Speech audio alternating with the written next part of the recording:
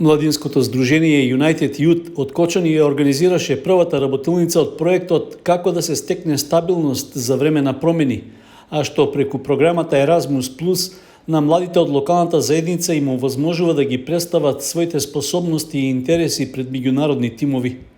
Тема на работната средба беше успешната комуникација и промоцијата на информации во време на промени, истекнување стабилност во процес на ограничен социјален живот и социјализација помеѓу младите. Нашата невладина организација United Youth одржа работилница за справување во време на криза, на која што учествуваа млади кои имаа можноста да се запознаат со Erasmus Plus можностите и можноста за нивно промовирање во Европа. Во текот на оваа работилница младите учествуваа во дебата, работа во групи и во финална евалуација. На крај спроведовме квиз, преку кој што го проверивме знаењето на младите кои што беа дел од оваа работилница. Ова е прва работилница, ќе имаме вкупно 5 работилници кои што ќе ни овозможат можност младите да ги подобрат своите знаења и да се промовираат пред јавноста.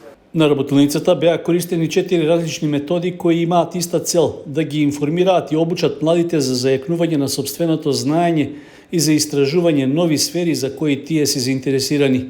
Истовремено на овој начин им се помага во подобрувањето на самодовербата и мотивацијата за работа.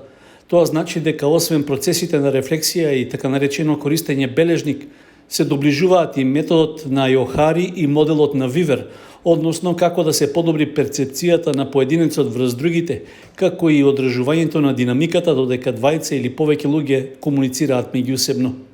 Учесниците на работилницата споделија лични искуства како Erasmus Plus програмата им помогнала да се промовираат пред пазарот на трудот, а се споделија и искуства за ограничените можности за социјален живот поради кризата со пандемијата.